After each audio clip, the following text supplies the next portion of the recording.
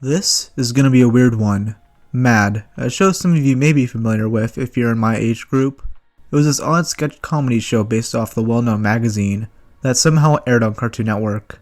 And today, let's look over the best parts of it.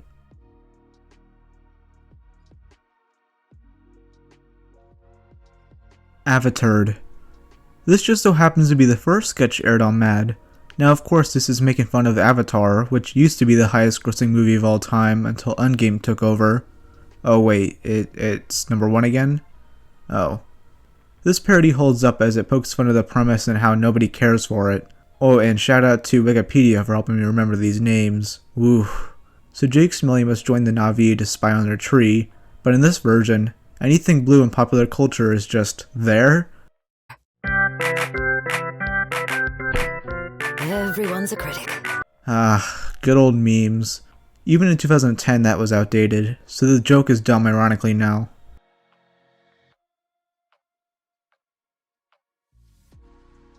The superhero Millionaire Matchmaker. This one is good for just how it makes fun of those celebrity dating shows I will never watch. But the twist is that these are for, two superheroes, Iron Man and Batman, and the intro videos make for a really good bit. Each of your videos. Iron Man, yours was short. I am awesome! And Batman, yours was just scenes from your DVD. I don't have time for shenanigans. Now because of their personalities, they screw things up. Plus one of the chicks they meet is actually Catwoman, who robs Tony. My favorite running gag through is Batman saying his parents are dead, since it's all he can really talk about. The timing every time he says it is perfect, and lands the sketch a spot here. You did the exact opposite of everything I said, and as a result, you didn't get a single phone number, and you got robbed. Do you have anything to say for yourselves? My parents are dead.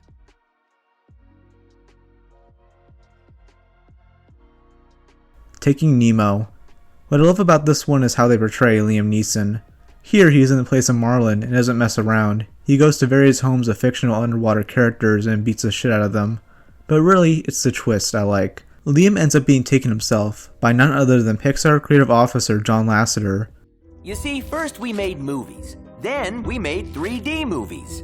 And now we've realized, who needs to make new movies when we can just turn our old movies into 3D movies? Isn't that right, Nemo? Everything's so blurry. He's portrayed as the villain, which is funny because of the accuracy.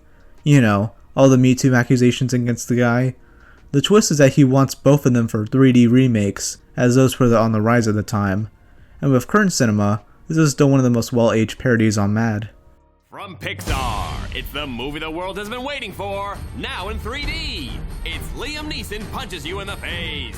I couldn't punch someone wearing 3D glasses. Sure I could.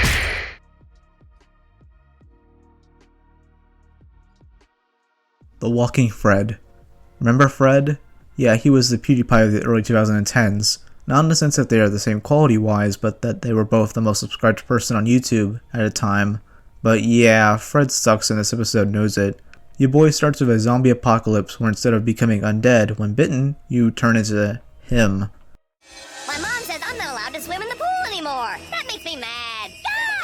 That's worse than death, for sure. Also, I love how at the beginning, they make fun of how dated Selena and Justin's relationship were. 2011 was a magical time. By the end of it, Tom Hanks and Julia Roberts are turned as well, and star in the Ocean's 11 remake. Coming soon to a theater near you, it's Ocean's 14, starring Freds. Wah! We have to break into a candy vault to steal all the candy. What do you think, Fred George Clooney? I want all the candy for myself. Well, I'm Fred Brad Pitt, and I say I should have the candy. But I'm a girl. Ladies first. Give it to me.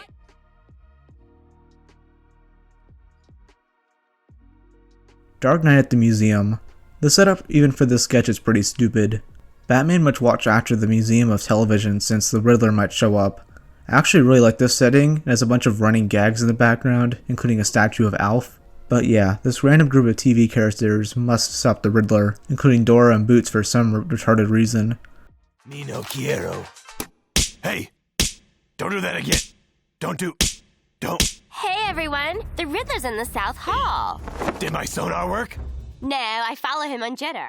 The whole thing is quite clustered, but the payoff and the references make it for me. Plus at the end, Batman blows them all up just to stick it at Clark Kent. Clearly the accurate depiction of the character. Oh, and this Gary Oldman joke is pretty underrated. What's the... Whoa! And I thought I wore some serious black. Huh? Oh, sorry. Wrong movie. I see. No? Here we go. We think the Riddler's going to hit the Museum of Television tonight.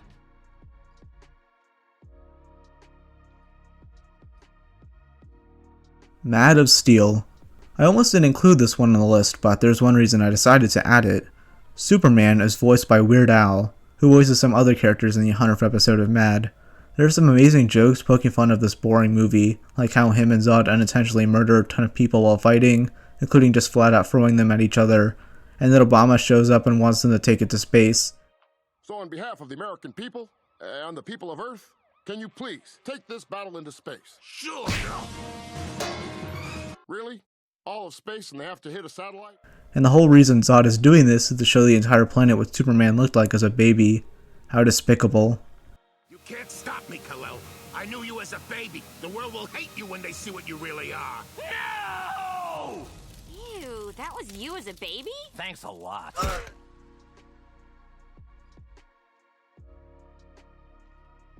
The Average-ers. Pretty much just a scene-for-scene parody of the first Avengers film, with Loki stealing the cube with his little poking trick, and everyone else calls him Pokey because of Nick Fury. His method of making Bruce angry is an amazing joke. Just watch. That's been his plan all along, to get on board and get Bruce angry so he turns into the Hulk. How can you tell? Because he's making him watch Annoying Orange. Did you say angry or bored? Just FYI, this episode aired around the time the Annoying Orange show first aired, but he soon learns that the movie is almost over and that Hulk was barely in it, so he goes on a rampage destroying various things he doesn't like. The amazing thing is, his rampages through the rest of the episode and other cutaways and sketches. So, no more trips to the hospital for me. Whoa! Hulk want more screen time! What a mess.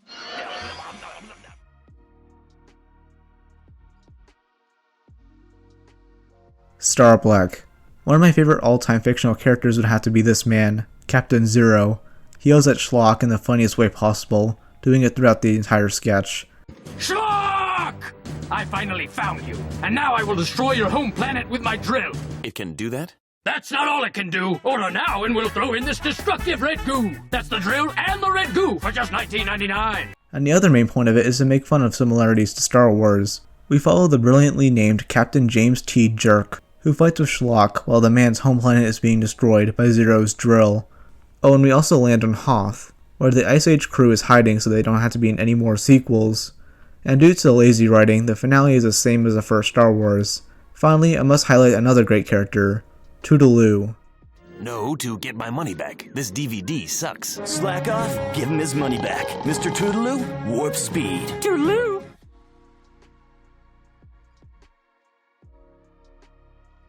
I Am Lorax.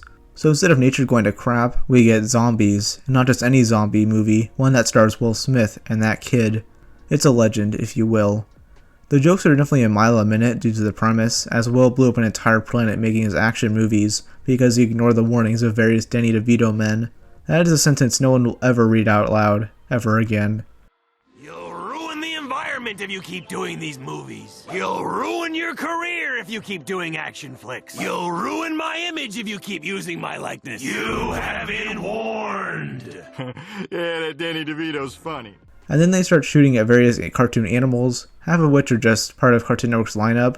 So just to make it even, Will tries to assassinate Mickey and Minnie, but by the end, they realize that this is a cartoon and they can just redraw everything back to normal. Actually, this is the way I normally look. And so the lesson here is to be good to nature. I thought it was you can blow up whatever you want in animated film. Either way, I still didn't get my tree. Here's a willow. I whip my hair back and forth.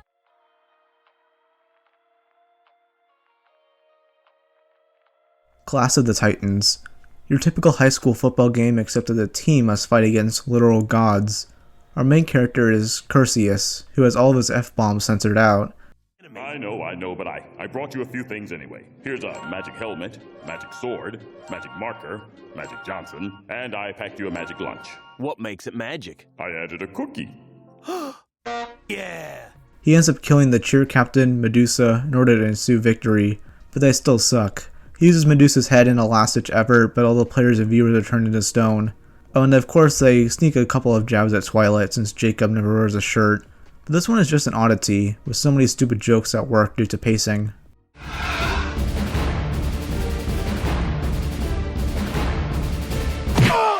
Look out, ladies. Here comes Hades. Ugh, I think it's time for Plan B. Run for the hills and change our names? Maybe it was Plan C.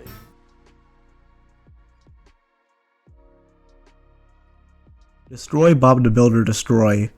Remember See Unreal? It was a critically panned programming block in 2009 that lasted way too long, and the main point of criticism was for one particular show, Destroy Build Destroy. Hosted by Andrew WK, it's about a bunch of kids destroying shit, making some new ones out of it, and destroying it again.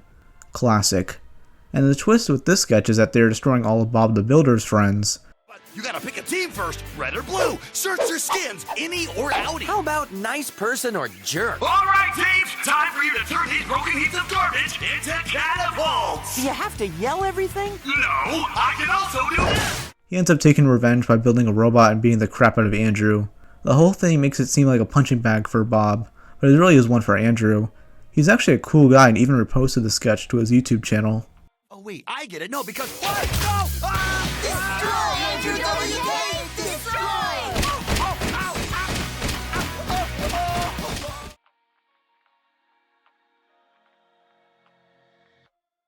The Blunder games. Here we have a fight between different team novel franchises instead of districts. It's a dumb idea that some awful parody movies have done before, but in a tongue-in-cheek way. Oh, and there's also Spider-Man and some random guy who got lost. I'm looking for parking level 4. Did I get on the wrong elevator?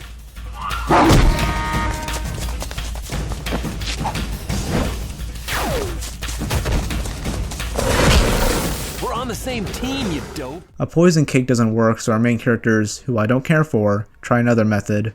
They make out to force the organizers to allow 2 winners. As you can tell, I don't care for Hunger Games, but the other jokes, plus the so-called Thanksgiving Day parade are alright additions. Here's the moment we've all been waiting for, the parade of tributes. It's just like the Thanksgiving Day parade, except the floats try to kill each other.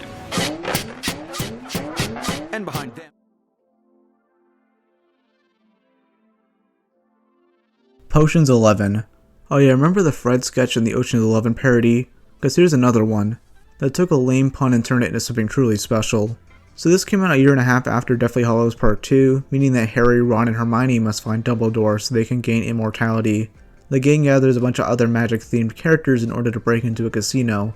The best parts for me, Nicolas Cage, Lucky the Leprechaun, and Sabrina the Teenage Witch, who thinks she's 20 years younger. You're not exactly a teenager anymore. How dare you? 35 is still a teenager. And Todd Levine. Who? Todd Levine, the second best player of Magic the Gathering. I'd be the first, but at the tournament I got sick and threw up and my mom had to drive me home. They all get distracted in some way, leaving the main trio left. But the best part is that Dumbledore reveals that the secret to immortality is reruns on TV, which is so damn true. Literally right around the time of writing the script, I pretty much binge watch all the movies, so yeah. Is everyone standing together? I will now levitate us to the 9th floor. Chris, this is just an elevator. So it's still levitation. Fine, I'll get out and use my...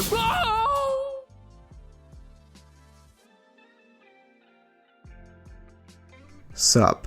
Jersey Shore, you didn't bring us much, but yeah, in this parody, the characters in that show replaced Russell, and Carl has to deal with all of this. They head to South Beach in Florida, and come on, you already have enough loonies down there. But luckily for him, it's super easy to get them to leave.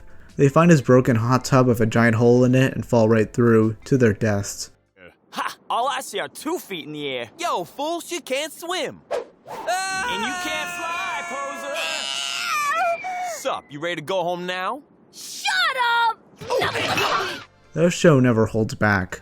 And as for Snooki, he just shoves her off the house as she insists they make out. Finally, he decides Florida is the place to go and lands in the Villages, or someplace similar to that. What are you doing? Blow drying my hair. Plus, I like to yell when I get ready. We're coming up on South Beach. Maybe you should throw your chains overboard to act as an anchor. Whatever you say. I didn't mean with you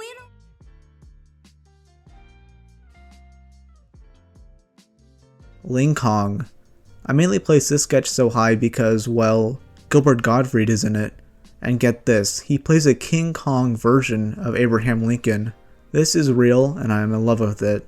For one thing, look at your cabinet.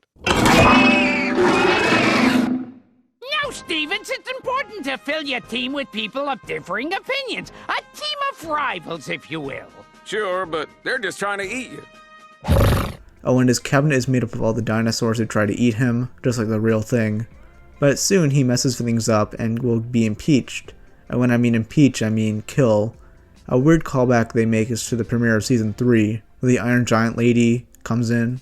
Kong beats the crap out of her and Mothra shows up. Also, I definitely have to mention this line.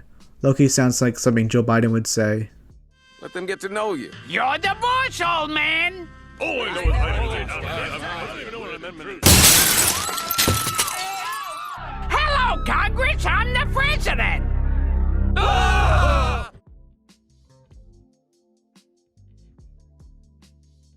Criminal Minecraft. I've never seen the show, but I don't think I have to. The Minecraft elements really shine as we follow Jesse and Morgan investigating a murder in this world. They interview a bunch of mobs while making fun of a variety of cop shows. Oh, and this running gag of this player moving. I'll tell you what I do know. I'm moving to Farmville. Oop, need more track. Oop, need more track. The ending part is what really gets me though. They find out it was Mark Zuckerberg who committed all the crimes, and we get this dialogue. I don't want to live in a world where millions of people are wasting their time on something other than Facebook. Huh? Oh, sorry, I was updating my profile. Yes, I win! I forgot, I die in the sun. Again, way ahead of its time in making fun of Mark. He wasn't really ridiculed that much a decade ago, but now he's a punching bag for being very inhuman. I mean, the guy is so pale that he burns up in the sun. Poor Zuck needs sunscreen.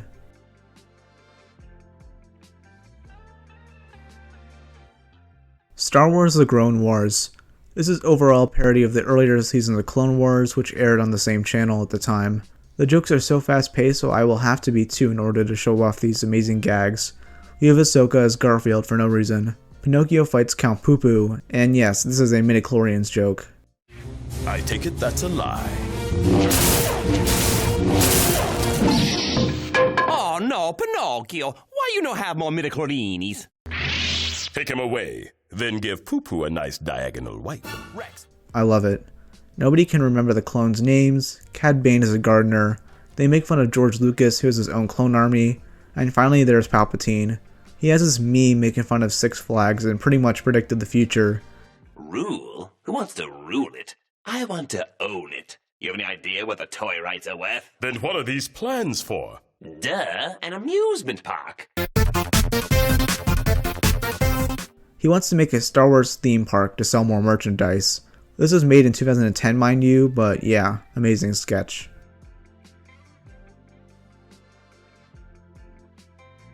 First White House Down. I barely even know the movie this is based on, but what lands a sketch so high are the characters. These dynamics between such historical figures was set up in the Season 3 skit with George Washington, Benjamin Franklin, and Benedict Arnold. America's first president finds out that Benny was living in his walls. What does it look like I'm doing? Saving your life. No, I mean, why do you have a tunnel under my floor? Oh, well, I'm gonna be honest with you. For the last year, I've been living in your walls, stealing White House pies. Why were you... There's no time to explain. We have to get you to safety. But gets interrupted by the invading Cherry Tree Army. A carriage chase ensues before the surrender, until we find out who really set this up. Matt's portrayal of Benjamin is fantastic in my opinion, as his motivations is hilarious yet wonderfully avid. All is going as planned, Mr. Franklin. Ben? I have one demand. Is it pie? No, it's not. Well, maybe. No, it's not pie. I want to be put on the $100 bill. What? Super 80s. Alright, so stick with me here. A train crashes that contains random bits of 80s pop culture, which proceeds to destroy a nearby town, as 80s things do. Even though I was born in 2003, I still understand a lot of these references. You got GoBots, which are sort of like an off-brand Transformers, men wearing parachute pants, He-Man, oh, and they think Madonna is Lady Gaga. My favorite joke in the whole show is this one. Look, it's Lady Gaga! Nah, that's Madonna. I think she's the one Lady Gaga stole her act from. So, I'm guessing that weird guy with the Hawaiian shirt is not Russell Brand. But the twist is that Steven Spielberg ordered all this stuff to make movies, but J.J. Abrams comes in to ruin everything. Together, we can... Now don't you worry about those director boys. I'm sure they'll work things out. And if you don't understand this ending, well, go ask your parents.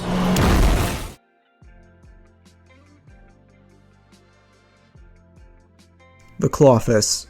This part is purely at number 1 for how accurate it is to the show, and it's for an adult sitcom, so props to them for doing that on a children's network. So the X-Men compete against the Office crew after Michael leaves, and this results in the usual hijinks. They did a good job at the characters, especially Dwight. Where's my visor? Where's my visor? I've written enough sci-fi fan fiction to know when a cool trade is in order. Oh, here it is. The original crew wins though, so now it's up to them to defeat Magneto. Oh, and another reason it's so high on the list is due to the final line. And of course, defeat Magneto. What? It's Magneto! That's what she said. That is fucking amazing. Props need to be given to the writers. Not all of the content in the show is great, or of quality really, but these examples I listed and more really do speak volumes.